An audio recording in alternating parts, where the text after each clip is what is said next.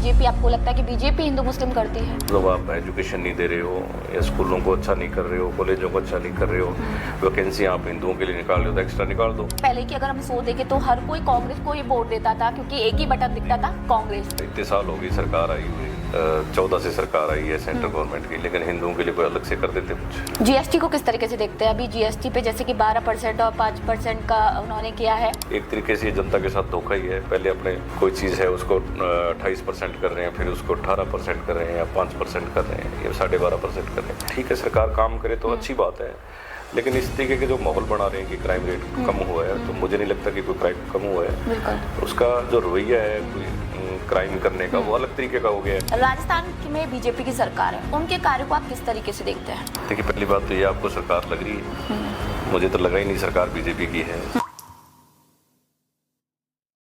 नमस्कार, मैं निशा शर्मा और बतंगड़ पॉडकास्ट में आप सभी का स्वागत करती हूँ। और आज इस सीरीज में हम आपको मिलवाने जा रहे हैं एक ऐसे नेता, एक ऐसे विधायक से जिन्होंने अपने क्षेत्र की जनता के दिलों में जगह बनाई है, जिन्होंने कांग्रेस से टिकट पाया और टिकट लेकर पीलीबंगा के विधायक बीजेपी के कैंडिडेट को हराया और वहां पर भारी मतों से जीत हासिल की और आज अपने क्षेत्र में जनता के दिलों पर राज कर रहे हैं। जी हाँ, मैं बात कर रही हूँ विधायक विनोद गोठवाल की। आइए उनसे इस पॉडकास्ट के माध्यम से सीधे बातचीत करते हैं और उनके विचारों के बारे में जानते हैं।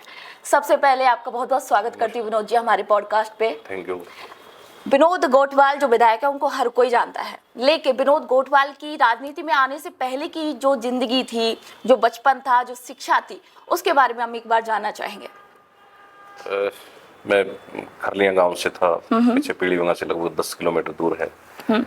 वहाँ पापा जी बैंक जॉब में हेड कैशियर रहे जी। लिखमी सर शाखा है बैंक की, और जो स्कूली शिक्षा थी वो गांव में रही 10वीं 12वीं तक, और उसके बाद पीलीबंगा कॉलेज में पढ़ाई की। और शिक्षा के साथ साथ पॉलिटिक्स में आए। 2005 में पंचायत समिति का चुनाव लड़ा, डायरेक्टर बन गए, 10 में सरपंच बन गए। उसके बाद पहले जो ये सीट जो एमएलए की जनरल थी, उसके बाद 2008 के अंदर ये सामान्य से एससी हो गई। उसके बाद धीरे धीरे चलते चलते मैं कहता हूँ कि परमात्मा की मर्जी थी कि पॉलिटिक्स में आए। पॉलिटिक्स से बड़ी नफरत थी कि नेता ऐसे नहीं करते, वैसा नहीं करते, लेकिन मैं कहता हूँ कि परमात्मा ने इस तरफ भेजा है कि थोड़ा पॉलिटिक्स में आने के बाद मुझे लगता है कि ज़्यादा काम कर सकते हो, ज़्यादा भला कर सकते हो। हर चीज़, हर व्यक्ति की मंशाओं को पे खरा उतरे न उतरे, लेकिन कोशिश करनी चाहिए व्यक्ति को कि हम उनकी मंशाओं को पूरा कर सकें। तो कह सकते हैं कि आप पॉलिटिक्स में, आपसे पहले आपकी फैमिली का बैकग्राउंड नहीं था कि पॉलिटिक्स में आने का, और आपको नफरत थी, मतलब वो सोच कैसे डेवलप हुई आपको कि आपको पॉलिटिक्स में आना है? मतलब कोई एक होता है ना कि हमारी लाइफ में एक चेंज आता है कि हमें तब कदम आगे बढ़ाते हैं, तो आपका पॉलिटिक्स में आने का एक कोई मूवमेंट, एक कोई चेंज था जब आप राजनीति में आए? मैं कहता हूँ 2005 के अंदर पंचायत समिति का चुनाव मुझे लगता है कि जबरदस्ती से चुनाव लड़ा गया, और 2005 के बाद मैंने बढ़ने के बाद भी उसको छोड़ने का प्रयास किया कि पॉलिटिक्स छोड़ दें। लेकिन 2008 में जैसे सीट एससी की हुई, थोड़ी बहुत भागदौड़ की, फिर यूथ कांग्रेस राहुल गांधी जी का जो सिस्टम था, विधानसभा अध्यक्ष बना मैं, दूसरी बार फिर विधानसभा अध्यक्ष बना, फिर मैडम सरपंच बन गई। इस तरीके से कहीं न कहीं राहुल गांधी जी की सोच थी कि युवाओं को आगे लेके आना है, तो मैंने भी प्रयास किए कि हो सकता है कि कोई एक गरीब घर से निकला हुआ व्यक्ति और यूथ कांग्रेस के माध्यम से एमएलए बन सकता है। बहुत सी चीजें सुनी थी, सेमिनार अटेंड किए राहुल गांधी जी के, तो एक अक्ष प्रोग्राम था उनका, उसमें आम आदमी का सिपाही, तो उसमें भी हमें सिखाया गया कि छोटे छोटे काम करो विधानसभा में जा करके, और थोड़ा बहुत उन्होंने मोटिवेट भी किया पूरी टीम ने। इस तरीके से पॉलिटिक्स में आए, और तो शुरू से एक बोलते हैं कि आपका मानस नहीं था इसमें आने का, लेकिन आप कांग्रेस के साथ जुड़े, तो आपको पहले से था? क्योंकि पहले की अगर हम सोच देखें तो हर कोई कांग्रेस को ही वोट देता था, क्योंकि एक ही बटन दिखता था, कांग्रेस, इसके अलावा और कोई पार्टी नहीं दिखती थी। तो आपका मानस था कि अब कांग्रेस में ही जाना है अगर मैं राजनीति में आऊंगा तो? पूर्वज जो है या परिवार जो है सारा पुराने टाइम से कांग्रेस ही था, और आज तक भी कांग्रेस के साथ चले आ रहे, तो विचारधारा वही थी, तो उसी हिसाब से फिर कांग्रेस ही एक अच्छा विकल्प के तौर पे था। और तो 2013 2018 आपको टिकट मिला कांग्रेस से, आपको वहां पे हार का सामना करना पड़ा, बीजेपी के कैंडिडेट आपके सामने थे। 2023 में ऐसा क्या चेंज हुआ कि बीजेपी का कैंडिडेट था आपके सामने, वही जो 2018 में था, लेकिन उनको हरा के जनता ने आपको चुना? ऐसा क्या उनके सोच में बदलाव हुआ, आपको क्या लगा? देखिए 2013 का जो बिल्कुल 2013-14 की एमएलए एमपी इलेक्शन की बात करें तो मुझे लगता है कि इतना बड़ा बूम था मोदी जी का, उसको लेकर के सब जो है मोदी मोदी करके सारे उसमें हवा में चुनाव हार गए। और जो 18 वाला अनलकी था चुनाव, उसमें तो मैं कहता हूँ कि मेरा मैनेजमेंट मान लो, क्योंकि देखा जाए तो आप बहुत ही कम वोटों से हारे थे, बहुत ही कम मैनेज था जिसमें आप 278 वोट हारे से थे। हार गया था मैं चुनाव। तो मुझे लगता है कि कुछ मैनेजमेंट की कमियां हों, या कई बार ओवर कॉन्फिडेंट हो जाते हैं कि चुनाव जीत गए 20,000 से 10,000 से, उसको लेकर थोड़ा मैनेजमेंट सही नहीं रह पाया। और पूर्व विधायक जी तो 18 में चुनाव जीते, 23 में मेरे से ही हारे, तो उन्होंने भी अपने ढंग से काम किए हैं। क्योंकि कई बार 2 बार लगातार हार गए तो कहीं न कहीं सिंपैथी का भी रहता है रोल। जी। और मैंने भी कोशिश विधानसभा में, चाहे 5 साल कांग्रेस की सरकार रही हो, लेकिन हमने अच्छा ही करने का प्रयास किया है। हो सकता है जाने अनजाने में कुछ गलतियां रह गई हों, लेकिन मैंने भरसक प्रयास किया है कि हर कार्यकर्ता का मान सम्मान हो, अच्छे काम बिल्कुल। हो, और पॉजिटिव सोच के साथ मैंने काम किए। 2013-2018 बीजेपी के कैंडिडेट थे पीलीबंगा में, आप जब 2023 में वहां पे चुनाव जीत के गए थे, तो क्या कुछ चेंजेस देखे आपने, और उन्होंने क्या कुछ काम करवाए थे, और क्या कुछ आपने भी वहां पे कार्य किए? देखिए पीछे जो सरकार थी, कांग्रेस की सरकार रही, तो लगभग हारा हुआ कैंडिडेट था, लेकिन कहीं न कहीं सरकार में जानकारी मान लो या पकड़ मान लो, जो भी सिस्टम रहा, तो अपने सरकार के माध्यम से, मुख्यमंत्री गहलोत साहब की सरकार थी, तो कॉलेज ब्लॉक, जब मेरे 2 ब्लॉक हैं पीलीभंगा राउसर, दोनों जगह सरकारी कॉलेज बन गए। कस्तूरबा गांधी आवासीय विद्यालय था बच्चियों का, वो बन गया। सड़कों के ठीक काम हुए, और बहुत से ऐसे काम थे जो पिछली गवर्नमेंट ने करवाए। और एमएलए साहब ने भी अपनी तरफ से सारे प्रयास करते हैं, उन्होंने भी प्रयास किए।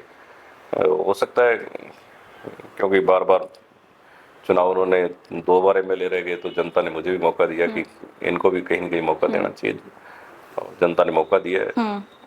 मैं क्रिटिसाइज क्या करूंगा, वो उनकी कार्यशैली। अगर मैं आपके क्षेत्र की और आपकी ही विधानसभा अगर मैं पूछूं, आप विधायक बने, आपके क्षेत्र में आपने क्या कुछ कार्य किए हैं अपनी जनता के लिए? देखिए पीछे हमें 5 पर ईयर का 5 करोड़ रुपया मिलता है क्षेत्र के विकास के लिए, और 2 साल के अंदर मैंने 10 करोड़ के अनुशंसा कर दी है। बहुत से काम या तो चल रहे हैं या पूरे हो गए हैं आधे। बिल्कुल। तो मैंने एजुकेशन की तरफ ज़्यादा ध्यान दिया है कि एजुकेशन किस तरीके से वहाँ अपने बच्चों को डेवलप किया जाए। और खेल नशे की जो प्रवृत्ति, मैं कहता हूँ पूरा राजस्थान, पूरा हिंदुस्तान ही मैं कहता हूँ कि नशे की गिरफ्त में है। तो नशे से निकालने के लिए युवा साथियों को ग्राउंड तैयार करने, वॉलीबॉल ग्राउंड देने, जिम देना, और लाइब्रेरियाँ खोलनी, ऐसे मैंने ज़्यादा नए नवाचार किए हैं। तीरंदाजी में भी जैसे ऑर्चरी का गेम जो है काफ़ी महंगा गेम है, बच्चे खेल नहीं पाते, 5-5 लाख के है जो आइटम आता है। बिल्कुल। इस तरीके से कबड्डी के बैट भी दिए। ऐसे बहुत से नवाचार मैंने किए हैं जिससे हमारे युवा साथी जो है नशे की प्रवृत्ति को छोड़ के ग्राउंड में तो जाएंगे। कह सकते हैं आपने युवाओं के लिए बहुत कार्य बहुत किया किया है। है। और अन्य भी सामाजिक कार्य में हमेशा भागीदारी रही है, हमेशा फील्ड में रहते हैं। और मेरा प्रयास भी रहता है कि आमजन की समस्याओं को उठा करके, और विधानसभा में जब भी बात आई, छोटी से छोटी समस्या को लेकर के हमने किसानों की समस्याएं हों, गरीब की समस्याएं हों, अन्य जितनी भी क्षेत्र की समस्याएं हों, उनको उठाने का भरपूर प्रयास किया है। और सरकार को आगाह करना हमारा धर्म भी बनता है।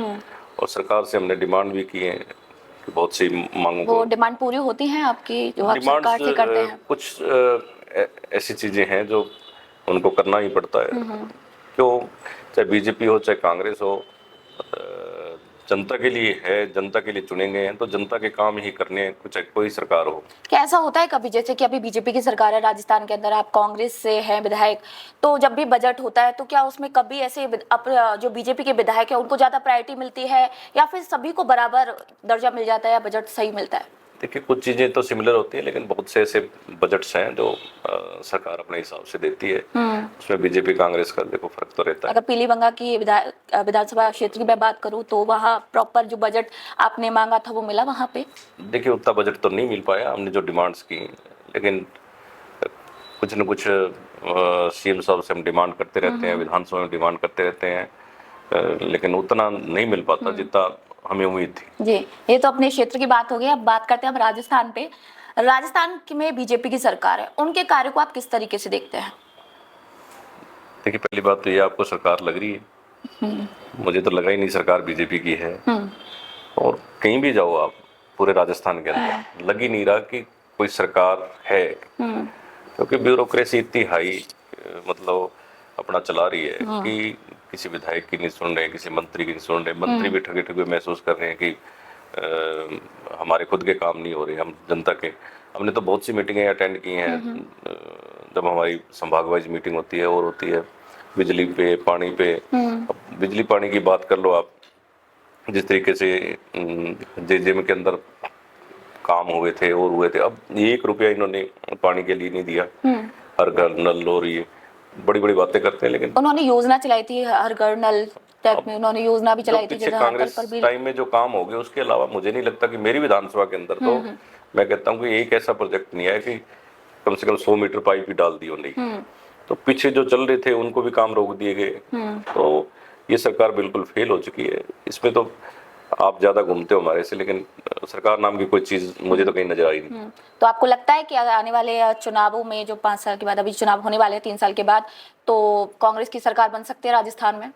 क्योंकि एक पैटर्न रहता है कि 5 साल बीजेपी, 5 साल कांग्रेस, तो उस अकॉर्डिंग मैं तो कहता हूँ कि अगर आज भी चुनाव हो जाए तो कांग्रेस, मुझे कोई दो राय नहीं लगती कि कांग्रेस आप नहीं आएगी। कहना चाह रहे हैं अगर आज ही अगर चुनाव कराया जाए तो डेफिनेटली कांग्रेस जीतेगी? 3 साल तो ये बड़े मुश्किल से निकालेंगे। अब देखो इनकी लड़ाई भी चल रही है भयंकर तरीके से। जीएसटी को किस तरीके से देखते हैं? अभी जीएसटी पे जैसे कि 12% और 5% का उन्होंने किया है, जो नॉर्मली जो लोगों के लिए चीजें हैं उन पे कटौती की गई है। कहीं ना कहीं लोगों के लिए भी वो बेनिफिट में आता है, लेकिन अगर देखा जाए तो विपक्ष उस पर सवाल भी उठा रहा है कि थूक के चाटने वाली जैसी बात भी कुछ कांग्रेस के जो नेता थे उन्होंने कही है। तो आप उसे किस तरीके से देखते हैं? देखिए मैं कहता हूँ कि जीएसटी में ये चीजें मैं कहता हूँ कि पहले भी नहीं होनी चाहिए थी। जीएसटी जो खाद्य पदार्थों पे और दैनिक उपयोग की जो चीजें हैं उन पे नहीं होना चाहिए था, लेकिन फिर भी लगा दिया। उसके बाद कम करना एक तरीके से जनता के साथ धोखा ही है। पहले अपने कोई चीज है उसको 28% कर रहे हैं, फिर उसको 18% कर रहे हैं या 5% कर रहे हैं, ये 12.5% कर रहे हैं। इस तरीके की बातें मुझे लगता है कि जनता को गुमराह करने वाली थी और खूब पैसा इकट्ठा कर लिया कम से कम। अब तो उस पैसे को जो है वापस करके राजस्थान में विकास, कम से कम विकास तो कराना चाहिए। जीएसटी का खूब पैसा लूट लिया, तो मैं कहता हूँ कि ये जीएसटी एक धोखा ही था। सही तरीके से अगर इसको बड़े तरीके से लागू करते, गवर्नमेंट के इनकम ऑफ सोर्स भी आवश्यकता है, लेकिन सही तरीके से लागू करना आप खुद कांग्रेस के विधायक हैं, तो अभी उन्होंने जो ये 12% और 5% किया है, तो आपकी नज़र में वो सही है या फिर गलत है? किस तरीके से आप उस चीज़ को देख रहे हैं? मैं तो कहूँगा कि पहले भी गलत लगाया था और अब भी कुछ चीज़ें ऐसी हैं जिनको अपने को बिल्कुल कम कर देना चाहिए। जैसे किसानों के ट्रैक्टरों पे था और था, कई चीज़ें किसानों पे लगाई गई थी। मैं कहता हूँ कि जो इनके जो दैनिक उपयोग के किसानों के जो औजार हैं उन पे भी जीएसटी का जो भारी दबाव डाल दिया गया लोगों पे। इस तरीके की चीजें जो बिल्कुल हटा देनी चाहिए थी। कम से कम किसान को तो छोड़ना चाहिए। मजदूर है, जो दैनिक उपयोग की चीजें, उन पे मुझे लगता है कि कुछ न कुछ सरकार को करना ही चाहिए। बिल्कुल। पेपर लीक, जैसे कि कांग्रेस में पेपर लीक हुए थे बहुत सारे, ठीक है, उसके बाद युवाओं को था कि अगर बीजेपी आती है तो पेपर लीक को रोकेगी और बहुत सारी चीज युवाओं के लिए करेगी। लेकिन जैसे कि एसआई पेपर जो था उसकी जो भर्ती थी उसको रद्द कर दिया गया, जिसमें कुछ निर्दोष लोग भी पैसे गए थे। होता है ना कि कुछ लोगों ने अपनी नौकरियां छोड़ दी थी कि हमारी ज्वाइनिंग होने वाली है, लेकिन उस ज्वाइनिंग को रोक दिया गया। तो आप उसे किस तरीके से देखते हैं? क्योंकि लोगों को होप थी कि बीजेपी आएगी तो वो हमारे हित में कुछ करेगी। देखिए मैंने महसूस किया कि बहुत से वीडियो आपने भी देखे होंगे, जो बेचारे वास्तव में जब इतने लोगों को आपने छांट लिया कि इतने लोगों में से इतने 100-150 लोगों को आपने जेल में डाल दिया और डाल दिया, इसका मतलब उन लोगों को तो आपने पकड़ ही लिया जो वास्तव में उसमें शामिल थे, जो पेपर लीक के माध्यम से लगे हुए थे। बाकी जो बचे हुए थे, इसका मतलब आपकी या तो सही जांच नहीं हुई अभी और बाकी हैं जो मुलजिम हैं, या फिर आपने पूरी भर्ती को रद्द ही करना था तो इतना टाइम क्यों घुमा फिरा के बेचारों को गुमराह किया। मुझे लगता है कि इसमें और कहीं ना कहीं रिलैक्सेशन देना चाहिए था उन बच्चों को जो बेचारे बिल्कुल मेहनत करके लगे थे, उनके साथ तो कुठाराघात हुआ है। और पेपर लीक हो चाहे नशा हो, ये एक सामाजिक बुराई की तरह है। मुझे लगता है कि इसमें और कड़े कानून बनाने की आवश्यकता है। पीछे मुख्यमंत्री गहलोत साहब ने भी कानून इसमें बनाए थे, लेकिन फिर भी कहीं ना कहीं और इसमें विधानसभा में चर्चा करके अच्छे तरीके से कोई न कोई ऐसी सिस्टम को पैदा करना पड़ेगा कि जिससे हमारे बच्चे जो रात दिन मेहनत करते हैं वो तो लग नहीं पाते, और पैसे देके जो पेपर लीक के माध्यम से लग जाते हैं, तो वो एक तरीके से बहुत भयंकर समस्या है। और मैं तो कहता हूँ कि वो जो पीछे भर्ती थी उसमें भी अब सरकार या कोर्ट में जो मामला चला जाता है तो फिर अपने पास भी कुछ नहीं रहता। लेकिन इसमें मैं कहता हूँ पक्ष विपक्ष और सभी को बैठ करके एक ऐसा हल निकालना चाहिए जिससे युवा को बचा सके। कह सकते हैं कि राजनीति को छोड़ करके दोनों पक्षों को सामने आना चाहिए और युवाओं के भविष्य से खिलवाड़ नहीं करना चाहिए, कहने का मतलब। बिल्कुल। मैं आपसे ये पूछूंगी, जैसे कि अभी भारत के अंदर एक ब्यौरा चल रहा है कि विश्व गुरु, आपको क्या लगता है भारत विश्व गुरु बन पाएगा या नहीं बन पाएगा? ये केवल बातें हैं, क्या कुछ है? विश्व गुरु तो बनी है ना, पीछे चाहे सिंदूर वाला मामला हो चाहे और हो, आपने देखा होगा अभी रूस के साथ बात चल रही थी तेल वाली। बिल्कुल। और ये सब चीजें विश्व गुरु वाले तो लक्षण मुझे तो लगे नहीं, बाकी तो आप देख ही रहे हो, आप पत्रकार हो। क्योंकि जो इंदिरा गांधी जी हों चाहे पूर्व के प्रधानमंत्री रहे हों, उनका जो ठोस रवैया था तो किसी बात की परवाह न करते हुए अब तो करेंगे तेल नहीं देंगे, ये तेल पे ये वो, ये सब चीजें मेरे को लगता है कि जब आप निर्णय ले लेते हो और हमारे सैनिक तैयार थे, युद्ध विराम की जो है अमेरिका का राष्ट्रपति कर रहा है, इस तरीके के विश्व गुरु वाले काम है नहीं। तो बाकी तो मेरे को लगता है कि आने वाले समय में विश्व गुरु जो लोकसभा चुनाव आएगा उसमें बना देंगे लोग। बिल्कुल। राजस्थान में आप आपराधिक मामलों किस तरीके से देखते हैं? क्राइम रेट किस तरीके से बढ़ रही है? क्योंकि अगर देखा जाए तो बीजेपी के नेता ये कहते हैं कि हमारी सरकार आने के बाद जो आपराधिक मामले हैं, जो क्राइम दर है वो कम हुई है। तो उसे आप एक कांग्रेस नेता, एक विधायक अपने क्षेत्र के, अगर विधानसभा की बात करो तो आप किस तरीके से उसे देखते हैं? देखिए, क्राइम रेट मुझे तो लगा नहीं कहीं कम हुआ हो।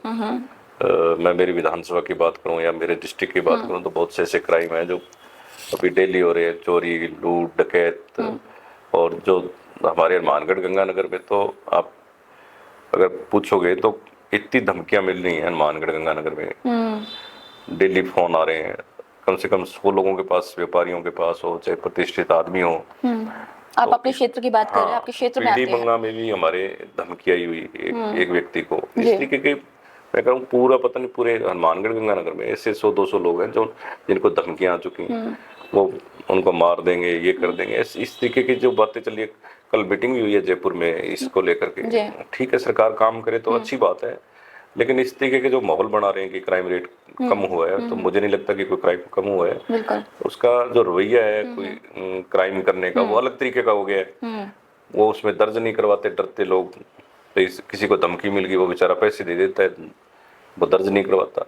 तो अलग अलग तरीके के क्राइम जो है बढ़ भी गए हैं। और मैं कहता हूँ कि ऐसे लोगों से निपटने के लिए सोशल लोगों का भी आना आवश्यक है, जो आगे आए, न कि सरकार भी, पुलिस हो, उनको मिलजुल करके। जैसे आपने बताया कि आपके हनुमानगढ़ क्षेत्र में जहाँ विधायक है वहाँ पे भी डेली में जो धमकियां आती हैं, आप खुद वहाँ के विधायक है, आपके तौर पर आप क्या कुछ करते हैं? अगर क्राइम रेट की मैं बात करूँ तो मैं कहता हूँ जिस तरीके से जेलों के अंदर बैठ बैठ के मोबाइल से ही धमकी देता है कोई, तो मोबाइल कैसे पहुंच जाते हैं आपके पास, सारे सिस्टम है। हमें तो समझ नहीं आई कि किस तरीके से हो पाता है ये। तो इन चीजों को तो कम से कम सरकार बाउंड कर ही सकती है। एक चीज की, जैसे कि हम कभी भी देखते हैं सोशल मीडिया पे भी, क्योंकि आजकल सोशल मीडिया का जमाना है कि आप जो भी बोलते हो वो सोशल मीडिया पे क्लिक में आपके सामने आ जाता है। हम देखते हैं कि राहुल गांधी जब भी संसद में जाते हैं या कांग्रेस का कोई भी विपक्ष का कोई भी बंदा जाता है वहां पे, तो एक ही बात बोलते हैं कि दलित को दबाया जाता है, संविधान खतरे में। आप खुद एक दलित उससे आते हैं, आपको कभी लगा कि ऐसा कुछ आपके साथ हुआ है कि आपको दबाया गया हो, चाहे वो विधानसभा के अंदर हो? हमारे साथ तो ऐसा कुछ नहीं हुआ। क्योंकि देखने को मिलता है क्राइम हर तरीके से लोगों के साथ, लेकिन अभी तक मेरे सामने तो ऐसी कोई घटना हुई नहीं। और हमने तो जो भी बात हो अपनी मजबूती के साथ आज तक रखी है। और एक विधायक होने के बाद भी अगर आप किसी से इस तरीके की दबाव में आकर के या वो करेंगे तो फिर मतलब ही नहीं विधायक बनने का भी। तो मैं भी अपनी मजबूती के साथ अपनी बात भी रखते हैं, और किसी के साथ अन्याय होता है क्योंकि कई बार राजनीतिक मुद्दा ज़्यादा बना लिया जाता है, वैसी बातें भी होती हैं। लेकिन मैं कहता हूँ कि कहीं न कहीं जो इस शिक्षा का अभाव है, चाहे किसी समाज को ले लो, जैसे जैसे शिक्षा आएगी तो इन सब बातों को दूरियां भी दूर हो जाएंगी। और जो आजकल हिंदू मुसलमान वाला और ये सब चीजें चल रही हैं, तो ये देश के लिए, प्रदेश के लिए, अपने सबके लिए मैं तो कहता आपने हूँ बात की हिंदू मुस्लिम जैसी बातें बहुत चल रही हैं सोशल मीडिया पे भी, हम देखते हैं कि एक ट्रेंड हो गया है ये चीजें। तो आप किस तरीके से देखते हैं? क्या बीजेपी, आपको लगता है कि बीजेपी हिंदू मुस्लिम करती है, या ये पार्टियां राजनीति के चक्कर में आके, क्योंकि हम एक पार्टी को दोष नहीं दे सकते, कि आपको लगता है कि पार्टी राजनीति जो लोग हैं राजनीति में आके वो बात कर रहे हैं हिंदू मुस्लिम, या बीजेपी पार्टी इस बात को कह रही है? चाहे प्रधानमंत्री जी हों, अमित शाह जी हों, इनके चाहे आप विधानसभा के भी देखोगे कई एमएलए बोलते हैं डायरेक्ट हिंदू मुसलमानों वाले, या एमएल वाले विधायक जी भी आपने देखा होगा। इस तरीके की बातें राजनीतिक हिंदुओं को इकट्ठा करने के लिए ज्यादा से ज्यादा इन बातों का इस्तेमाल भी करते हैं। और लंबे टाइम के लिए मुझे लगता है कि ये सब चीजें हैं तो खतरनाक ही, लेकिन राजनीतिक फायदे के लिए बोल रहे हैं, कहीं न कहीं हिंदुओं को इकट्ठा करने के लिए, वोट लेकर के। लेकिन हिंदुओं को जब फायदा करने वाली बात होगी तो शायद मुझे लगता है कि कोई हिंदुओं के लिए मैं कहता हूँ स्पेशली कोई नौकरियां तो दी नहीं इन्होंने, न कोई रोजगार के अवसर दिए बच्चों को। हम तो पता नहीं, अब धार्मिक कार्यों में उलझा के रखने वाली बात है। तो जब आप एजुकेशन नहीं दे रहे हो, या स्कूलों को अच्छा नहीं कर रहे हो, कॉलेजों को अच्छा नहीं कर रहे हो, वैकेंसी आप हिंदुओं के लिए निकाल रहे हो तो एक्स्ट्रा निकाल दो। कौन मना कर रहा है? इतने साल हो गई सरकार आई हुई, 14 से सरकार आई है सेंट्रल गवर्नमेंट की, लेकिन हिंदुओं के लिए कोई अलग से कर देते कुछ। लेकिन एक मुद्दा है, जब लोग समझ पाएंगे तो शायद अलग ही रिजल्ट आएगा। आपने एजुकेशन के ऊपर बात की है, हम इसी पे लेके बात करते हैं बेरोजगारी को लेकर के। देखिए कि देश के अंदर बहुत ज़्यादा बेरोजगारी बढ़ गई है, महंगाई बढ़ गई है, तो उसको किस तरीके से बीजेपी सरकार मैनेज कर रही है? क्योंकि अगर बीजेपी बार बार कहती है कि हमने काफ़ी सारी नौकरियां युवाओं के लिए निकाली हैं, जिससे जो बेरोजगारी दर है वो कम हो गई है। नौकरियां मेरे हिसाब से अभी तो कोई नई वैकेंसी भर्ती कोई की नहीं इन्होंने। फिर भी अगर ये करेंगे बेरोजगारी के लिए कुछ, जिस तरीके से प्राइवेटेशन हो रहा है, प्राइवेटेशन भी आवश्यक है, लेकिन इतनी मात्रा में भी न हो कि हमारी सरकारी जो दफ्तर हैं वो भी खाली पड़ जाएं। और मैंने भी विधानसभा में भी अपनी बात रखी कि बेरोजगारी दर को कम किया जाए, लोगों बच्चों को रोजगार मिले। आज 4th ग्रेड की जो भर्ती है, कम से कम जिन्होंने पीएचडी कर रखी है और करके उन बच्चों ने भी फार्म भरे हैं। तो बेरोजगारी दर तो इतनी है कि उस पर पार पाने का प्रयास सरकार का रहना चाहिए, लेकिन जितना काम होना चाहिए उतना हो नहीं पा रहा। आपको क्या लगता है कि बीजेपी केवल प्रचार करती है या काम भी करती है? क्योंकि दूसरी पार्टी जब हम होते हैं दूसरी पार्टी में, तो हम दूसरी पार्टी को बहुत अच्छे से ऑब्जर्व करते हैं जब हम सत्ता में नहीं होते हैं, क्योंकि एक पार्टी सत्ता में है, एक पार्टी सत्ता में नहीं है, तो वो बहुत अच्छे से सामने वाले को ऑब्जर्व करती है। तो आपके अकॉर्डिंग क्या लगता है कि बीजेपी केवल प्रचार ही करती है कि काम भी करती है? बीजेपी है ही प्रचार पार्टी, काम पार्टी है ही नहीं। प्रचार करना इनका काम है, और प्रचार के माध्यम से ये आए थे, और धीरे धीरे जो परतें खुलती जा रही हैं इकोनॉमी की हो और हो, जब लोग समझ जाएंगे तो जो प्रचार पार्टी इसको उखाड़ फेंकेगी जनता। पब्लिक का एक सवाल था, जब मैं आई थी तो मुझे बोला गया था कि आपको पूछना है। 70 साल से कांग्रेस एक छत्र राज कर रही थी, जनता के दिलों में भी राज कर रही थी, क्योंकि जब भी बटन दिखता था कांग्रेस, इसके अलावा कोई पार्टी उनको नहीं दिखती थी। लेकिन 2014 के बाद पाला पलटता है। 2014 के बाद से डायरेक्ट बीजेपी को वोट मिलना शुरू हो जाते हैं और अभी तक बीजेपी की सरकार है। ऐसा क्यों? ऐसा क्या कारण है कि कांग्रेस पिछड़ रही है? देखिए, पहले तो मैं ये 70 साल वाला आपका जो शब्द है कि पूरे अब तक 52 में आम चुनाव हुए, और अब तक जब 14 तक सरकारें रही, तो उसमें पीछे अटल बिहारी जी भी रहे, दूसरी पार्टियों के लोग भी रहे, विवेक सिंह रहे और रहे। तो लगभग 2014 तक और 52 कुल मिला के 48 और 14 62 साल ही बनते हैं। बिल्कुल। तो 70 साल तो टोटली नहीं बनता उनका, जो कांग्रेस के लिए बोल रहे 70 साल राज किया। तो इसका कुल मिला के मेरे को लगता है कि 62 में से मुश्किल से 50 साल कांग्रेस की सरकार रही हो, मुश्किल से। तो ये 70 साल वाला बिल्कुल झूठ, ये 70 साल वाला झूठ है, ये आप क्लियर कर दीजिए, क्योंकि बहुत एक होता है ना सोशल मीडिया पे एक ट्रेंड में है कि 70 साल से कांग्रेस ही राज ये कर रही 70 है। वाला ये तो बिल्कुल झूठ बोल रहे हैं। ये तो बिल्कुल आप आंकड़े उठा के देखोगे तो ये तो पहले क्लियर हो गया कि टोटल देश आजाद हुए 52 से चुनाव हुए, तो अब तक जोड़ोगे तो 52 और 25 48 और 25 73 साल 73-74 साल हुए हैं। तो ये बिल्कुल इनका झूठ था, वो चल रहा है झूठ। सोशल मीडिया का जमाना है, कोई युवा साथी भी नहीं पढ़ता कि 70 साल हुए या नहीं, पता नहीं, उसका जवाब भी नहीं देता हाँ 70 साल में कांग्रेस ने क्या किया। तो पहली बात तो यही है। बिल्कुल। मैं पूछूंगी, अभी बिहार में चुनाव चल रहे हैं और 6 नवंबर और 11 नवंबर को उसको चुनाव होने वाले हैं, तो आपको क्या लगता है कि कौन सी सरकार बनने वाली है, कौन सत्ता में आने वाला है इस बार?